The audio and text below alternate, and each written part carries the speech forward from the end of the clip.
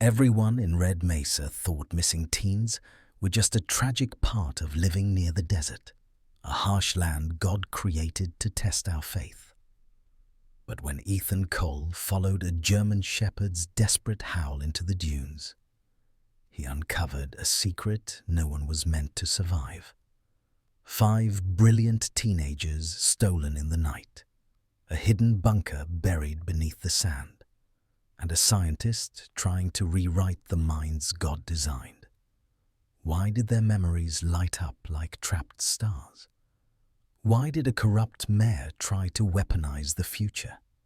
And how did one loyal dog, guided by a grandmother's prayers, lead them all back home? This isn't just a story about a rescue.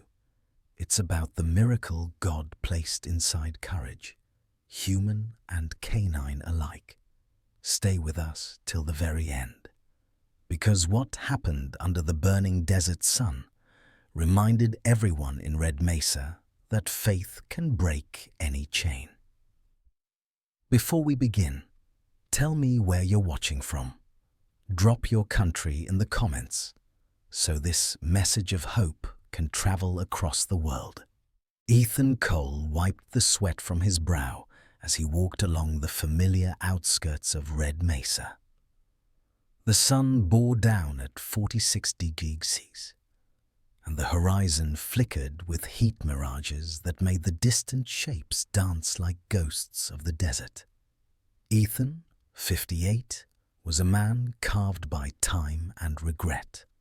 Broad-shouldered but hollow-eyed, his skin permanently sun-kissed and deeply lined, a map of years spent chasing criminals along the border.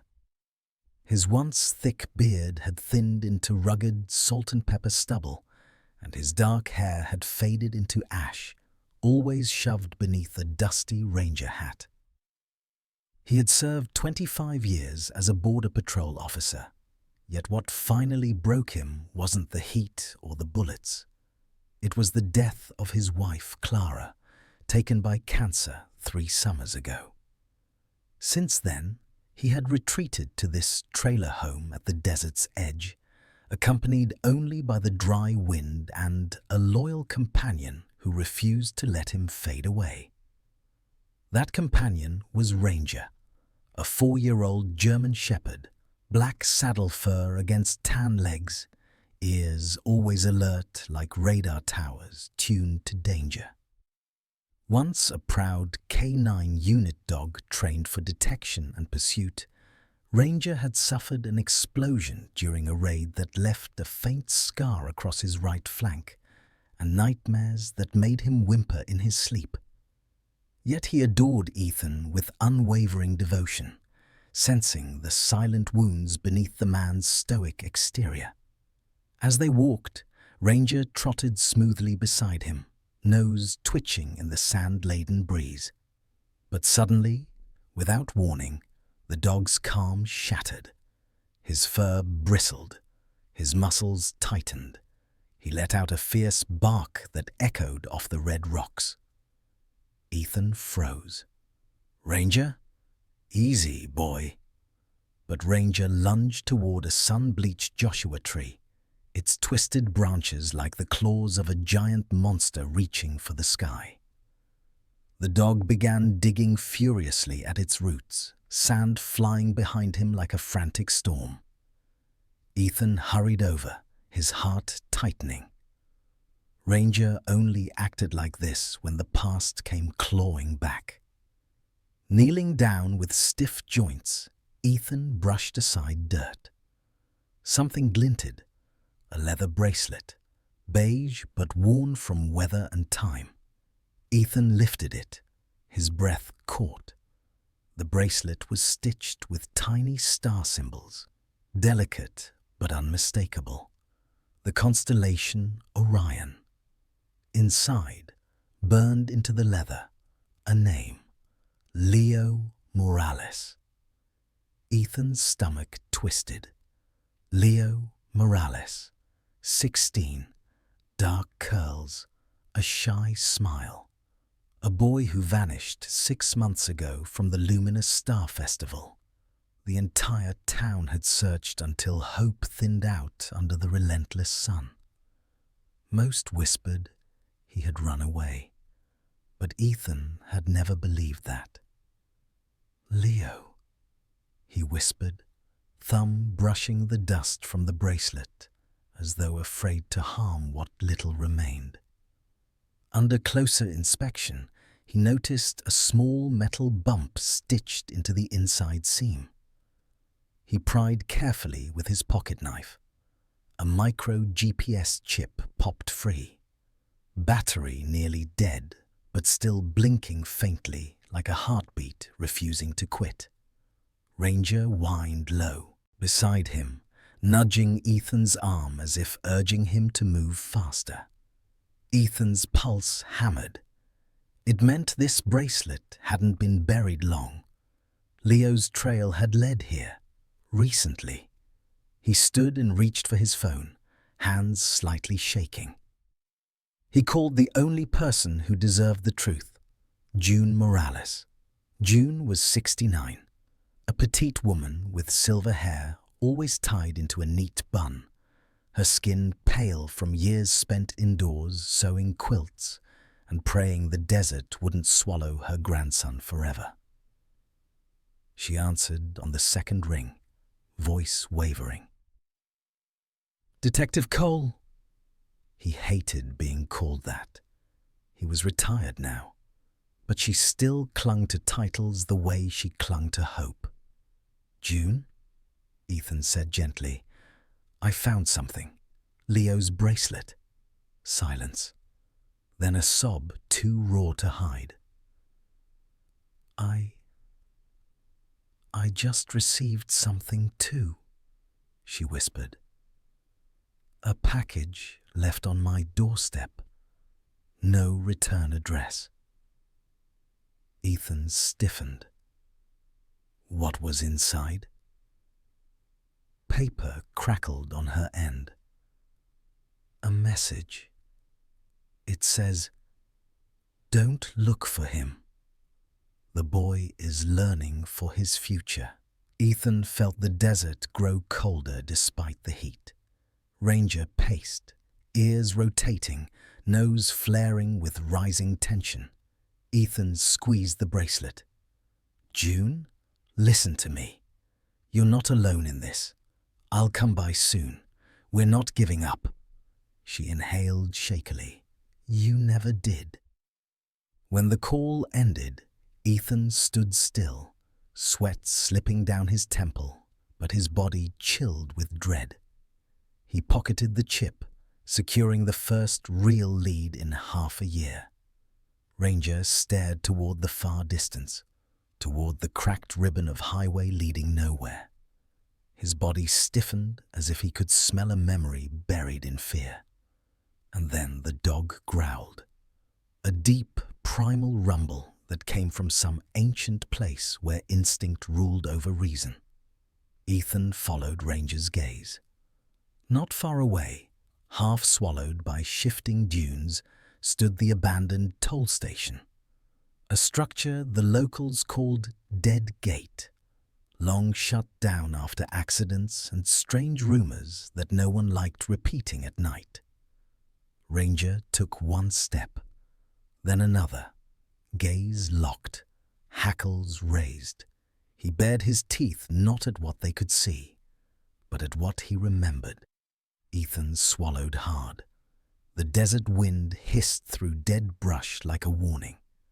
Behind that toll station, the truth was waking. Night claimed the desert like a silent predator.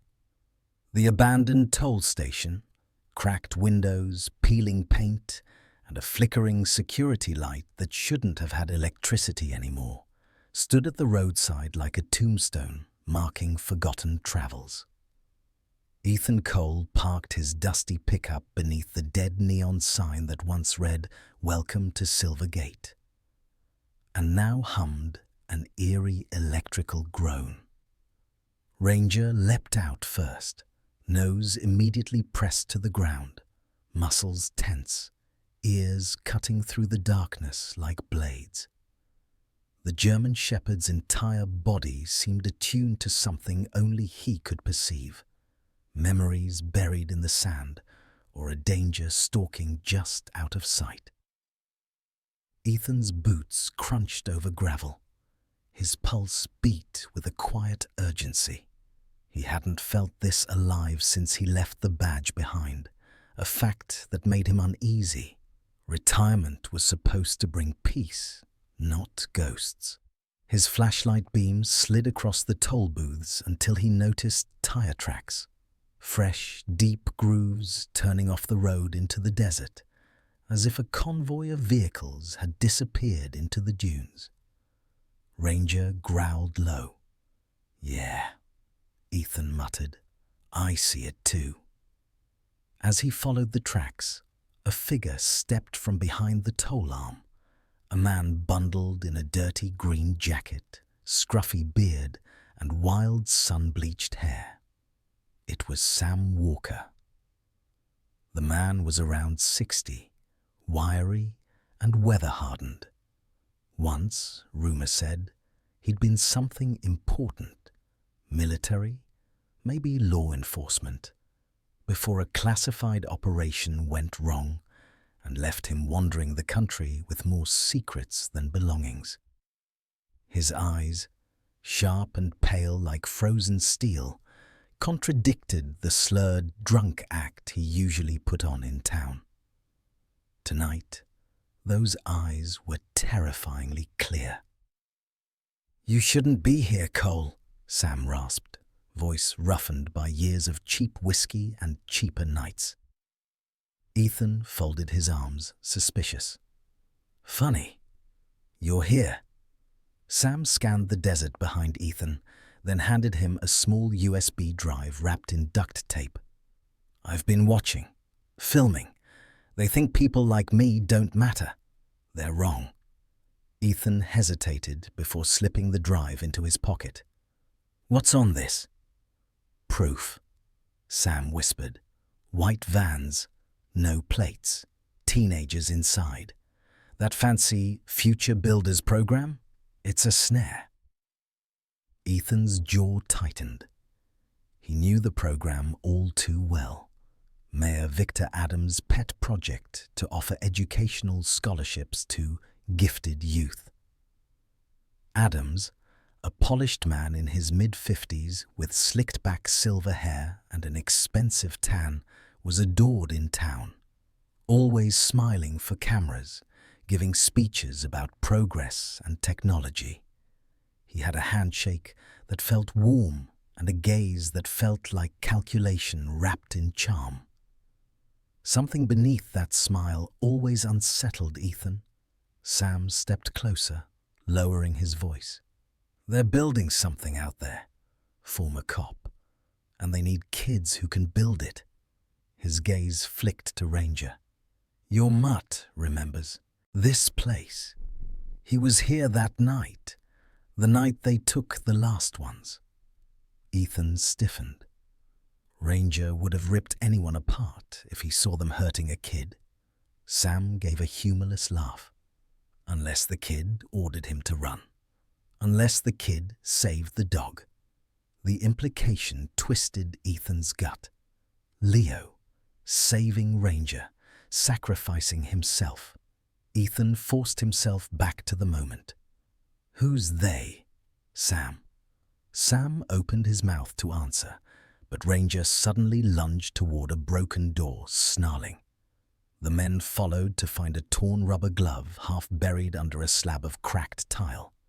Ethan crouched, lifting it carefully. A chemical smell stung his nostrils.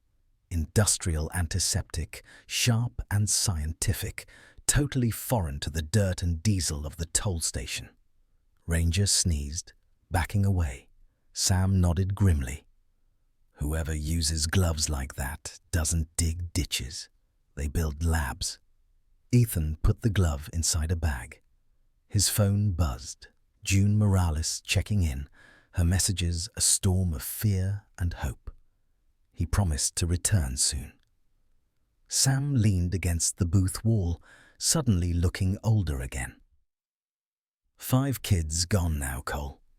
Leo, Jaden, Chloe, Noah, Derek. He listed each name like a prayer he didn't believe in. All smart, all tech-savvy, all disappeared at the same damn festival. Ethan pictured their faces, smiling youth with futures brighter than the desert sun, and felt a swell of guilt that he hadn't stopped this earlier. "I'm going to find them," Ethan whispered like a vow. Sam stared long. "You'll need help. I'll be around. Not as useless as I look." Before Ethan could question him further, Sam vanished into the dark, silent as a ghost. Ethan returned home with Ranger pacing anxiously beside him. The night air had cooled, but his nerves burned hotter. He unlocked his front door, then froze. The wood was freshly carved with ragged letters as if by a trembling, furious hand. "Don't reverse the evolution of our youth," Ranger growled, hackles raised. The message felt less like a warning and more like a curse. Ethan's fists clenched. Whatever game they were playing, he was done being on the sidelines. He would drag the truth out of the desert, even if the desert dragged back. Night had settled thick across Red Mesa when Ethan Cole returned to the abandoned toll station. Now accompanied by a storm of determination boiling beneath his aging ribs. He and Ranger followed the tire tracks Sam Walker had shown him, weaving into a vehicle's scrapyard sprawled across the desert like a graveyard of rusted steel beasts. Twisted frames of old trucks leaned against each other as if whispering the secrets they had buried beneath the sand. Ethan's flashlight skimmed across metallic carcasses until a faint mechanical hum reached his ears. He followed the sound to a pile of wrecked vans, their skeletons half consumed by dunes. Ranger's nose worked furiously, tail stiff. Alert mode, heightened senses, finding a thread invisible to human instinct. Then the German shepherd began scraping the sand with frantic determination, just like at the Joshua tree. Ethan dropped to his knees and joined. Beneath the gritty surface, his fingers struck something solid. An iron hatch reinforced with rivets, a faded biohazard logo barely visible under the corrosion. Someone had tried to erase it, but truth had a habit of surviving. Ethan pressed his ear to the hatch. Below, he heard electricity, machines, and faint voices, children's voices. He forced the lock, muscles trembling, until it snapped. The hatch lifted with a metallic sigh that felt like the desert itself exhaling buried guilt. A steel staircase spiraled downward, illuminated by sterile white lights and drenched in cold air that didn't belong to the scorching world above. Ethan descended with Ranger padding close, each step a march into the unknown. The underground facility revealed itself like the belly of a technological titan. Corridors smooth as surgical instruments, lined with glass rooms filled with machines humming like artificial bees. At the first doorway, Ethan saw Leo Morales. The 17-year-old sat strapped to a chair, electrodes snaking across his temples, sweat shining on his olive-toned skin. His once curly dark hair was shorn shorter, and his brown eyes, usually gentle, were wide with terror and defiance. His fingers gripped the armrests till his knuckles paled, resisting whatever the machine forced into his mind. Beside him were 4 other teens.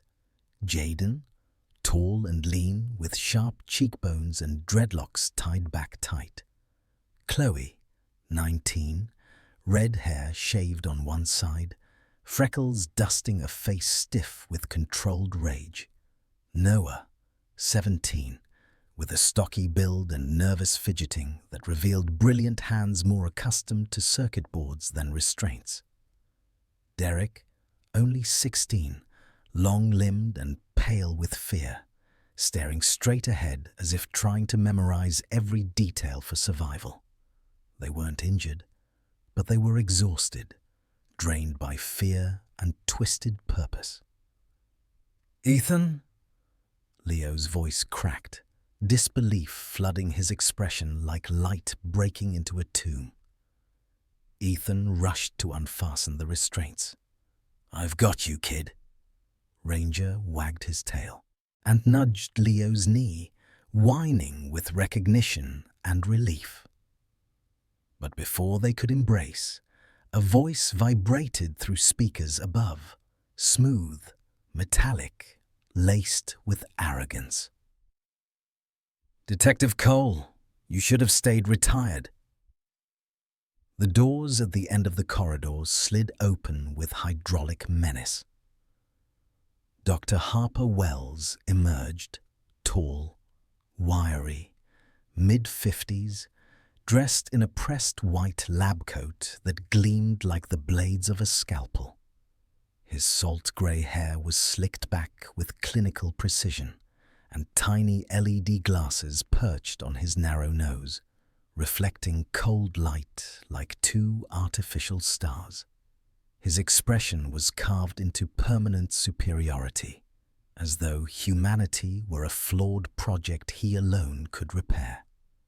Before academia consumed him, Wells had developed cutting-edge neural technologies. But a scandal involving unauthorized human testing cost him his license and reputation. Adams had found him afterward, bitter, brilliant, and starving for redemption on the world's stage. Wells raised a remote control, voice velvet but venomous. The world evolves through those bold enough to push past ethical chains. These gifted teens will define the next era of intelligence, stronger memories, faster cognition, soldiers of thought.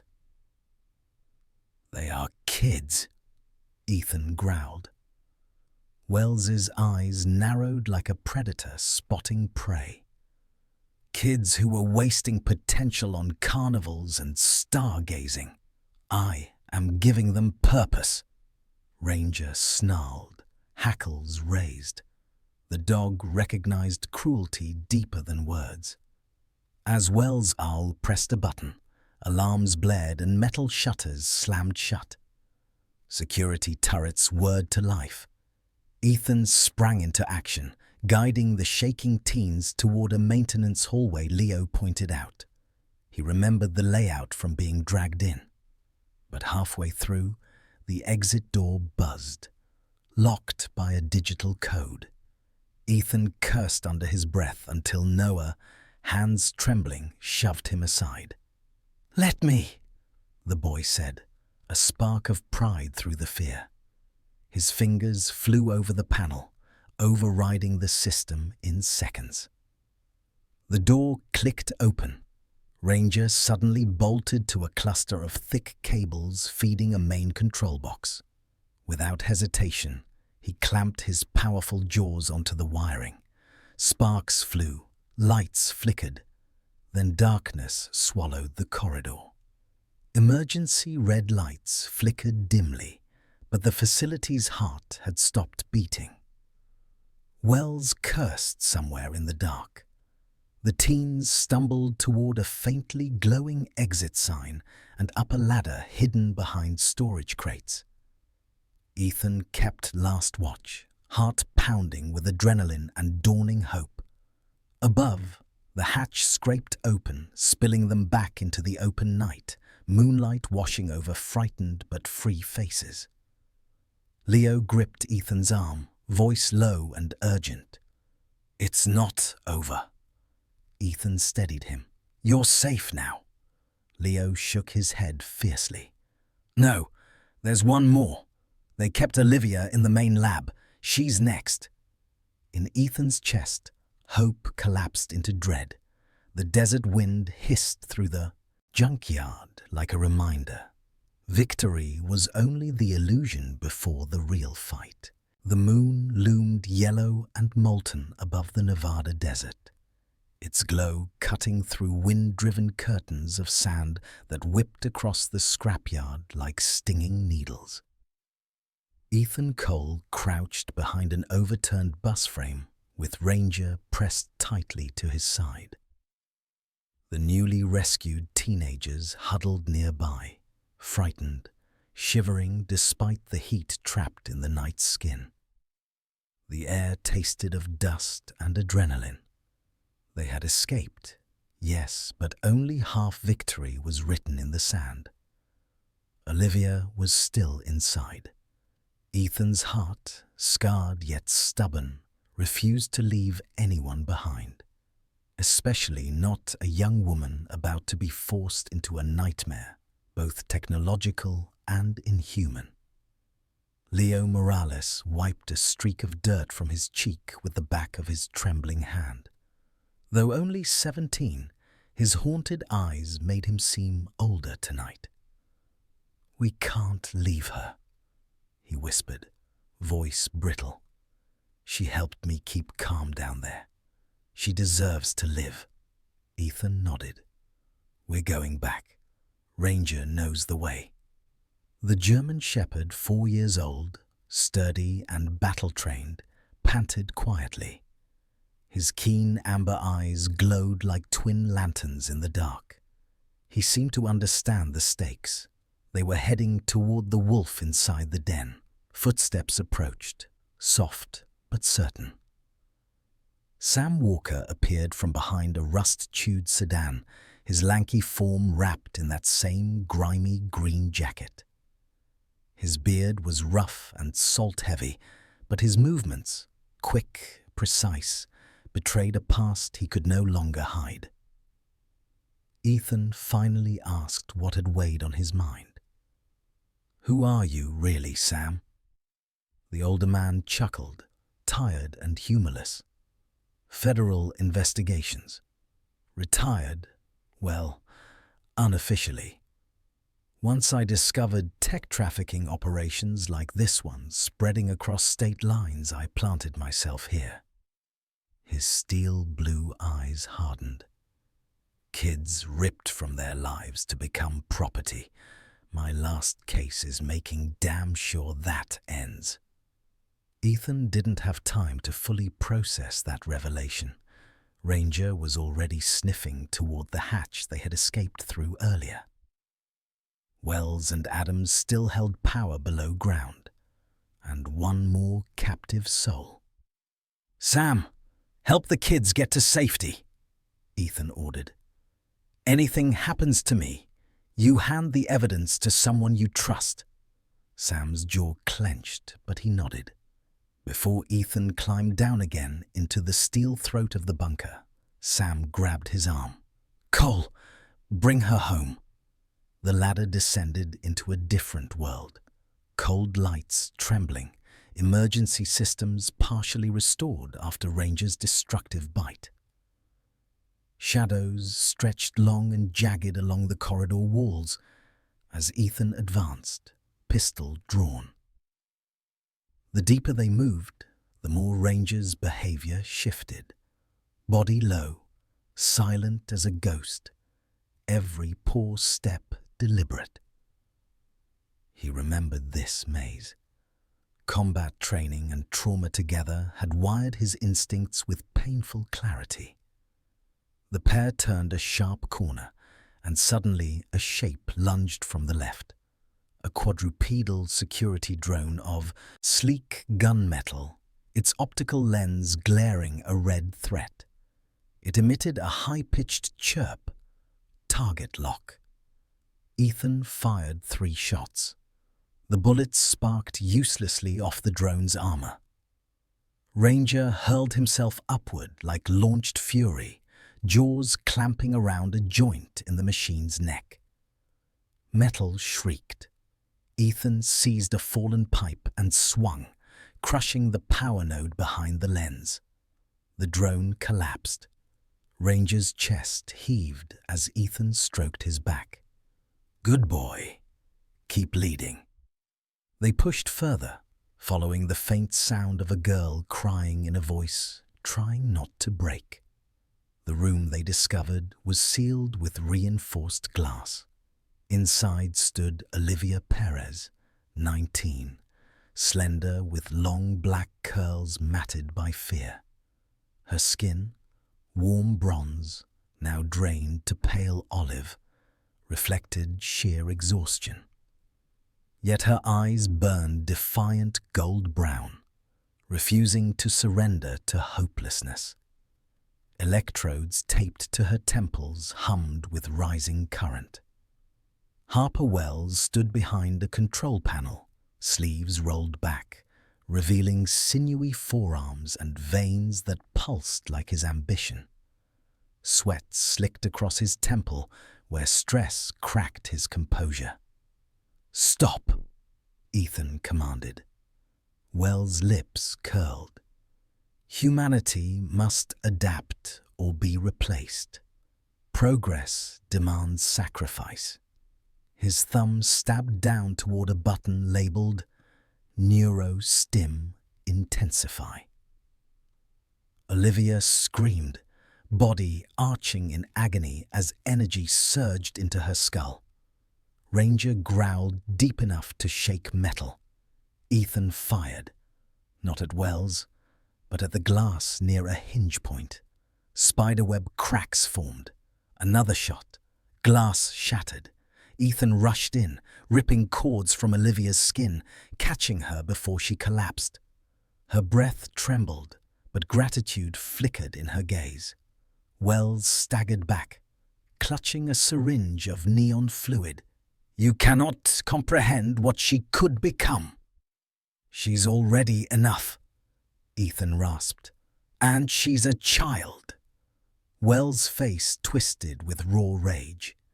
He bolted for a side door. Ethan chased but halted when he heard a roaring engine overhead. Ranger barked, warning. They climbed quickly to the surface where chaos awaited. A military-style dune buggy sped across the dunes, its driver unmistakable.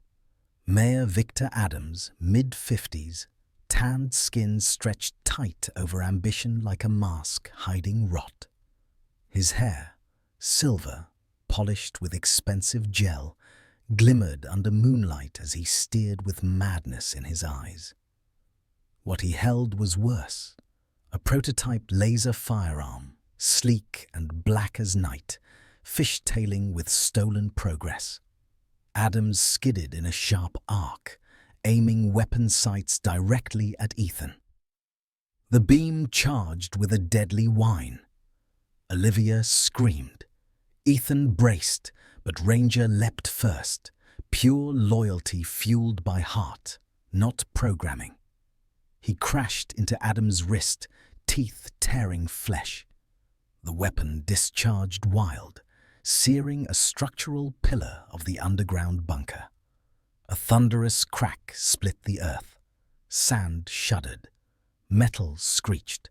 The bunker beneath them groaned like a giant waking to crush its bones. And the desert night, long silent witness, finally roared its fury. The first light of morning poured over the Nevada desert like honey melting across a bruised sky. Heat had not yet sharpened its claws, and the night wind lingered just long enough to carry away the dust of everything that had almost been lost. The bunker behind them continued collapsing in slow groans, sand swallowing steel, secrets filling their graves. Ethan Cole stood among the scattered vehicles of the junkyard, chest rising and falling with heavy but victorious breaths. His shirt was torn at the shoulder, revealing a faint scar and muscles that still remembered decades of duty. The wrinkles around his grey-blue eyes deepened with exhaustion, But inside them a light flickered, something that had been gone for far too long. Purpose. Ranger stood beside him, fur dusted with sand and dried sweat, but tail wagging weakly. The German shepherd pressed his head against Ethan's leg, as if to remind the man that he too had survived. His flank bore the old scar from an explosion long ago, and now a new mark, a scratch on his muzzle from fighting a mare with a stolen weapon. Ranger panted, each breath an anthem of loyalty proved through pain. Behind them, the 5 teenagers, Leo, Jaden, Chloe, Noah, and Derek, watched the sun rise with expressions caught somewhere between awe and disbelief. They were battered physically and mentally, but alive. Leo Morales, his dark curls tousled and forehead scratched, squeezed Olivia's hand. Olivia Perez stood shakily, but the strength that defined her hadn't dimmed. Her long black curls, freed from the electrodes, now fell unevenly across her shoulders. Tear tracks carved through the dust on her cheeks, yet her gaze held firm courage. A teenager forced to grow too quickly, but refusing to break. A convoy of black SUVs approached, sand pluming behind them. The vehicles rolled to a stop, and the doors opened nearly in unison. FBI Special Agent Dana Patterson stepped out first. Sharp navy suit, dark hair pulled into a decisive bun, and a face that rarely showed softness. This morning, though, relief cracked through professionalism. She strode forward with authority to examine the scene. Behind her came Deputy Raymond Carter, one of the few local officers Ethan still trusted, a broad man with a neatly trimmed beard and the kind of protective loyalty that came from having lost a younger sister years ago to a kidnapping case that went cold. His jaw clenched seeing the teens. This was the kind of victory he longed for. Patterson's agents moved quickly. Some secured the site. Others documented evidence still scattered from the explosion. And in the middle of it all stood Sam Walker, green jacket dusty, hair blown wild, but posture proud. No longer hiding behind a drunken facade, his shoulders were squared like he had just reclaimed his oath after years in exile. He handed a secure drive and physical documents to Patterson. "Everything you need," Sam said. "Financial trails, van routes, internal communications, videos of Wells' experiments, and Adams' signature on requisition memos." Patterson tucked the evidence under her arm, expression grim. "This will bring down more than just 2 men." She turned to Ethan, voice lower. "You did what law enforcement failed to do for 6 months." Ethan shook his head. "No, this dog did." He placed a scarred hand on Ranger's back. Later that morning, under a newly erected shade tent, an FBI medic tended to the teens. Their medical exams were normal, except for dehydration and trauma, nothing that couldn't heal with time and compassion. As they rested, Patterson presented Ranger with a K9 Valor Medal, a bronze shield engraved with wings and paw prints. The German shepherd sat tall, chest puffed out, as if fully aware of the honor. Leo smiled for the first time in months. "He saved us twice," he said, voice wavering proudly. Chloe elbowed him lightly. "3 times if you count stealing the cables." Noah snorted, arms crossed tightly, smile shy but genuine. That mutt's a genius. Ethan almost laughed. Almost. Weeks later, Red Mesa changed. The desert still burned during the day, and the stars still stretched infinite at night. But there was no longer silence where hope should live. The rescued teens returned to school or therapy, one step at a time. STEM scholarships were given the right way, funded openly by community support. June Morales baked pies daily, her home loud again with life. Ethan Cole built something new. Survive and Secure Club, a program teaching desert survival and digital safety to teenagers. His once empty trailer yard now filled every afternoon with laughter, questions, and the occasional drone project gone wrong. Ranger patrolled the perimeter like a watchful general. Olivia helped teach coding. Jaden led robotics challenges. Derek documented everything in notebooks, preparing for a future in forensics. Noah redesigned the old toll station into a tech training hub. And Leo Morales, the boy who vanished into darkness but returned with fire in his chest, became the heart of it all. One evening, when the stars emerged bright and shameless above the desert, Leo knelt beside Ranger. He fastened a clean leather bracelet around the dog's neck, the same bracelet once buried under sand, its tiny Orion constellation stitches glowing faintly in moonlight. "You led us back to our own light," Leo whispered. Ranger nudged his chin affectionately. Ethan stood nearby, hands on his hips, trying and failing to hide emotion rising like a forgotten tide. In the distance, the desert breeze rustled Joshua trees like gentle applause. Red Mesa would never be the same. The scars remained, etched in memory and metal. But so did the proof that in the hottest desert, kindness was the only water worth finding. Sometimes heroes carried guns, sometimes they carried trauma, and sometimes heroes had paws. Sometimes the greatest miracles don't arrive with thunder. They arrive with a loyal dog, a brave heart, and the quiet strength God places in ordinary people. When Leo was taken, it felt like hope had vanished beneath the burning sands. Yet God was already writing a rescue story, hidden inside a German shepherd's memory, inside a retired officer's broken heart, and inside a grandmother's prayers that never stopped rising to heaven. If you are facing your own desert right now, if life feels like a maze with no exit, remember this: God does not abandon us in the dark.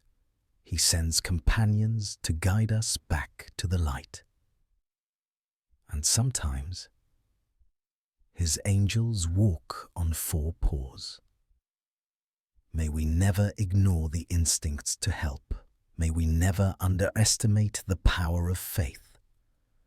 And may we always believe that no child, no person is ever too lost for God to find. Before you go, I want to hear from you. Where are you watching from? Has God ever sent help just when you needed it most? Share your story in the comments. Your testimony could be the miracle someone else is praying for today. If this story touched your heart, please share this video. Subscribe for more stories of hope, courage, and God's protection. May God bless you. May He protect your family and every child in this world, and may His light guide you safely home just as Ranger did. Amen.